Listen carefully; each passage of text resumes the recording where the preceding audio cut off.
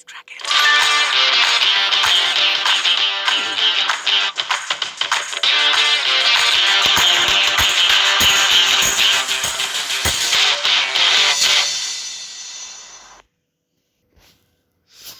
Friends, मैं आकांक्षा शर्मा जी के with आकांक्षा में आपका स्वागत करती हूँ। फ्रेंड्स, आज हम मध्य प्रदेश इतिहास के स्टार्ट करने जा रही हूँ।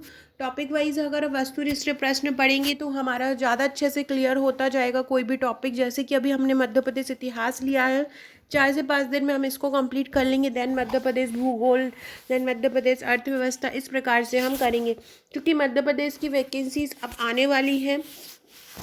अब अगले जनवरी से फरवरी मार्च में आप देखने को मिलेगा आपको कि बहुत सारे वैकेंसीज़ के नोटिफिकेशन हर 15 दिन में आपको देखने को मिलेंगे। तो आप अपना मध्य प्रदेश का जो पूरा मध्य प्रदेश है उसको तैयार करके रखिए। तो चलिए स्टार्ट करते हैं। आगे बढ़ने से पहले चैनल को सब्सक्राइब जरूर कीजिएगा ताकि आने वाली सभी वीडियोज़ का इन्फॉर्मेशन आप तक मिलता रहे। और इसकी PDF पाने के लिए आप हमें व्हाट्सएप ग्रुप से जुड़ सकते हैं, जिसकी लिंक आपको डिस्क्रिप्शन में दी गई है। देखिए, मध्य प्रदेश का इतिहास हम प्राचीन जो इतिहास है उसी से आरंभ करेंगे, है ना। तो सबसे पहला जो क्वेश्चन इसमें बनता है कि मध्य प्रदेश में इतिहास का प्रारंभ किस युग से शुरू होता है? पाषाण युग, मध्य पाषाण युग, नव पाषाण युग या उत्तर पाषाण युग। तो मध्य प्रदेश जो है हमारा जो पाषाण युग से प्रारंभ होता है। मध्य प्रदेश में बहुत सारे ऐसे स्थल हैं जहाँ पे पाषाण कालीन अवशेष प्राप्त हुए हैं। तो इसलिए मध्य प्रदेश का जो इतिहास है वो पाषाण युग से प्रारंभ होता है। इसके बारे में कुछ पढ़ लेते हैं कि मध्य प्रदेश के इतिहास का प्रारंभ पाषाण युग से माना जाता है।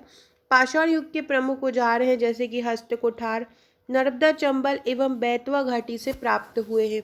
जब हस्त कुठार जो पाषाणकालीन स्थल है मध्य प्रदेश से प्राप्त हुआ है, इसका मतलब ये है कि ये मध्य प्रदेश जो है पाषाणकालीन सभ्यता से ही मध्य प्रदेश की जानकारी मिलती है।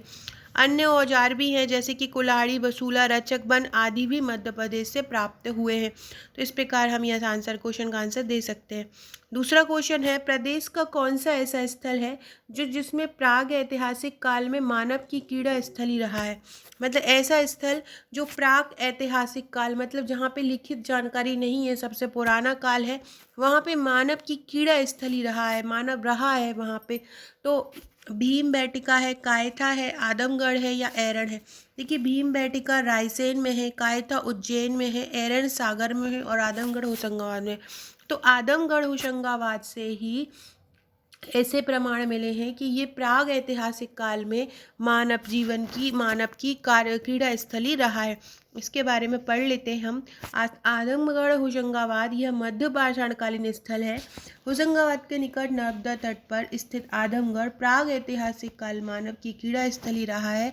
यहाँ की प्रमुख विशेषता है गुफा, शैलचित्र आदि। नेक्स्ट क्वेश्चन है, मध्य प्रदेश में प्राग ऐतिहासिक काल के स्थल हैं। आदमगढ़, भीमबेटका, ऊपर दिए दोनों कोई नहीं। देखिए, आदमगढ़ हम अभी ऊपर पढ़ चुके हैं, ऐसे ही भीमबेटका से भी प्राग ऐतिहासिक काल के स्थल मिले हैं। तो आदमगढ़ और भीमबेटका दोनों ही मध्य प्रदेश में प्राग ऐतिहासिक काल स्थल हो जाएंगे। इसके बारे में पढ़ लेते हैं। आदमगढ़ प्राग ऐतिहासिक कला स्थल है। यहाँ की प्रमुख विशेषता है गुफा, शैलचित्र, मतलब यहाँ पे गुफाओं पे चित्र बने हैं, शैलों पे मतलब चट्टानों पे। और भीमबेटका जो है यहाँ से प्राग ऐतिहासिक काले मानव की कलात्मक 500 गुफाएं हैं। 2003 में यूनेस्को द्वारा इसको विश्व धरोहर में शामिल किया गया है। नेक्स्ट है, मध्य प्रदेश में ताम्र पाषाणकालीन स्थल कौन कौन से हैं? कायथा, एरन, नापदा टोली, आवरा या नागदा। तो ये सभी जो है वो ताम्र पाषाणकालीन स्थल हैं। कायथा, एरन, नापदा टोली, आवरा जो कि मंदसौर में है, ये सभी जो है वो ताम्र पाषाणकालीन स्थल है। नेक्स्ट, कायथा किस नदी के किनारे है? छोटी सिंधु नदी, नर्मदा नदी, बेतवा या केन नदी। तो जो कायथा है वो छोटी सिंधु नदी के किनारे है, याद रखिएगा।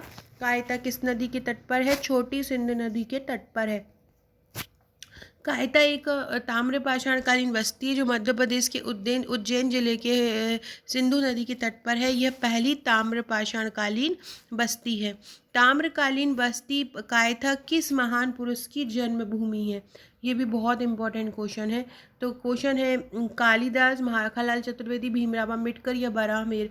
तो कायथा इनमें से किसकी जन्मभूमि है? तो कायथा बराहमिहिर की जन्मभूमि है। किसकी जन्मभूमि है कायता? बराहमिहिर। तो कायता एक ताम्रपाषाणकालीन बस्ती थी। यहाँ पर ईसा की 5वीं-6वीं शताब्दी के महान गणितज्ञ एवं खगोलज्ञ बराहमिहिर का जन्म हुआ था। इन्होंने पंच सिद्धांतिक नामक पुस्तक की रचना की। अन्य पुस्तक बृहद संहिता थी। इन्होंने उज्जैन में एक वैद्यशाला की भी स्थापना की। तांबे की कुल्हाड़ी मध्य प्रदेश में कहाँ से प्राप्त हुई है? तांबे की कुल्हाड़ी मध्य प्रदेश में कहाँ से प्राप्त हुई है? एरन से, कायथा से, आदमगढ़ से या भीमबेटका से। तो तांबे की कुल्हाड़ी कायथा से प्राप्त हुई है, याद रखिएगा। तांबे की कुल्हाड़ी कहाँ से प्राप्त हुई है? तांबे की कुल्हाड़ी कायथा से प्राप्त हुई है। तांबे की कुल्हाड़ी कहाँ से प्राप्त हुई है? तांबे की कुल्हाड़ी कायथा से प्राप्त हुई है। पढ़ लेते हैं इसके बारे में। मध्य प्रदेश में तांबे की कुल्हाड़ी, तांबे के अन्य औजार जैसे कंकड़, छेनी आदि कायथा उज्जैन से प्राप्त हुए हैं। कायथा कहाँ पे है? उज्जैन में है। नेक्स्ट है सोने के गोल टुकड़े प्रदेश में कहाँ से प्राप्त हुए? बहुत इंपॉर्टेंट प्रश्न है कि सोने के गोल टुकड़े प्रदेश में कहाँ से प्राप्त हुए हैं? एरन से, कायथा से, आवरा से या आदमगढ़ से। सोने के गोल टुकड़े प्रदेश में कहाँ से प्राप्त हुए? एरन, आवरा, कायथा या आदमगढ़। तो सोने के गोल टुकड़े प्रदेश में एरन से प्राप्त हुए। एरन मतलब सागर से प्राप्त हुए। तो ताम्रपाषाणकालीन स्थल एरन से सोने के गोल टुकड़े, मिट्टी की पशु आकृतियाँ, काले लाल मृदुभांड, चित्रित मृदुभांड, ताम्रकालीन बस्ती के प्रमाण आदि प्राप्त हुए हैं। नेक्स्ट क्वेश्चन है प्रदेश की नाबदा टोली किस नदी के तट पर स्थित है? नर्मदा, चंबल, केन, बेतवा। नाबदा टोली किसकी नदी के तट पर स्थित है? नर्मदा नदी के तट पर स्थित है। नाबदा टोली नर्मदा नदी के तट पर स्थित है। इसके बारे में पढ़ लेते हैं कि नाबदा टोली है ना एक ताम्रपाषाणकालीन बस्ती है। यह महेश्वर में नर्मदा नदी के तट पर स्थित है। यहाँ से झोपड़ी नुमा मिट्टी, घरों के साक्ष, चूल्हा परिवहन की गाड़ी, काला लाल मृदुभांड, गेहूं, चना, मटर, मसूर की खेती के साक्ष्य आदि मिले हैं। फ्रेंड्स, चैनल सब्सक्राइब नहीं किए हैं तो चैनल सब्सक्राइब जरूर कीजिएगा ताकि आपको प्रीलिम्स, मेंस, पुलिस, ग्रुप 2 और जो भी आप एग्ज़ाम की तैयारी कर रहे हैं सबका इन्फॉर्मेशन आपको मिलता रहे, सभी की वीडियोस मिलती रहे। नागदा किस नदी के तट पर स्थित ताम्रपाषाणकालीन स्थल है? नागदा किस नदी के तट पर स्थित है? नर्मदा, केन, चंबल या खान। तो ये नागदा किस नदी के तट पर स्थित है? नर्मदा, केन, चंबल, खान। देखिए नागदा जो है चंबल नदी के तट पर स्थित है।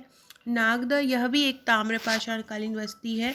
यह बस्ती उज्जैन जिले में चंबल नदी के तट पर स्थित है। इस ताम्रपाषाणकालीन बस्ती से मृदभांड और लघु पाषाण के अस्त्र आदि मिले हैं। तो नागदा भी उज्जैन में है और यहाँ से ये भी एक ताम्रपाषाणकालीन बस्ती है और यह बस्ती उज्जैन जिले में चंबल नदी के तट पर स्थित है। यह ताम्रपाषाणकालीन बस्ती से मृदुभांड और लघु पाषाण के अस्त्र मिले हैं। तो इस प्रकार से फ्रेंड्स ये थे हमारे आज के क्वेश्चन। इसका सेकेंड पार्ट में कल आपके लिए लेके आऊँगी। ये हमारा प्रीलिम्स का पैकेज है जिसमें आपको पूरा मध्य प्रदेश एक वन लाइनर मिलेगा, एक मध्य प्रदेश आपको टॉपिक वाइज मिलेगा। इसके अलावा आपको ये सभी 16 फाइल आपको मिलेंगी जिसमें एक मैप फाइल और एक ट्रिक फाइल भी इंक्लूड रहेगी। एक और महत्वपूर्ण जानकारी मैं आपको दे दूँ, अब आप अनअकैडमी पर अनअकैडमी पर ज्वाइन हो सकते हैं। 1 दिसंबर से एक कोर्स लॉन्च हुआ है जिसकी जानकारी मैं आपको दे देती हूँ। इसमें क्या होगा, इस प्लान का बेनिफिट आपको क्या होगा कि इसमें 500 फ्री लाइव क्लास रहेंगी पर वीक, जिसमें लाइव डाउट सेशन रहेगा। जिसमें आपको कोई भी डाउट हो किसी भी सब्जेक्ट के प्रति तो आप इंडिया और एमपी के टॉप एजुकेटर द्वारा सॉल्व करा सकते हैं। डेली और वीकली टेस्ट रहेगा, मॉक टेस्ट रहेंगे। इसके बाद पेपर एनालिसिस का भी सेशन रहेगा। एक पेपर एनालिसिस कर सकते हैं जिससे आपको एक पूरा पेपर की जानकारी मिल जाएगी। 4 डिफरेंट एग्जाम्स के लिए ये हो रहा है। एमपीपीएससी प्रीलिम्स, मेंस, कांस्टेबल और एमपी जेल, सॉरी मेंस नहीं, ये प्रीलिम्स, पुलिस कांस्टेबल, एमपीएसआई और जेल प्रहरी। इसमें आपको फ्री लाइव क्विज होगा, 20 के प्लस क्वेश्चन रहेंगे जो सभी सब्जेक्ट के कवर कराए जाएंगे। T20 सीरीज़ रहेगी, इसमें आपको 20 मिनट में लगभग 20 क्वेश्चन आपको करना है। सोमवार से शनिवार आपको रात 8 बजे ये पेपर एनालिसिस रहेगा। स्पेशल इवेंट और भी बहुत कुछ रहेगा। आपको क्या करना है, अनअकैडमी ऐप इंस्टॉल करना है, जो भी कोर्स आप सिलेक्ट करना चाहते हैं वो करना है। इस प्रकार से आपको फिर रेफरल कोड मांगेगा। रेफरल कोड में आपको मेरा नाम लिख देना है, आकांक्षा AKANKSH.G के कैपिटल अक्षर में लिखना है। आप इसमें एंटर कर जाएंगे, एंटर करके आपको ये फ्री प्रोडक्ट आपको मिल जाएगा। इसके अलावा आप अगर प्लस कोर्स लेना चाहते हैं अनअकैडमी पर तो ये फीस का सब्सक्रिप्शन है, आप इसको ले सकते हैं। मेरे कोड का यूज़ करके आपको 10% का डिस्काउंट मिल जाएगा। Okay friends, thank you.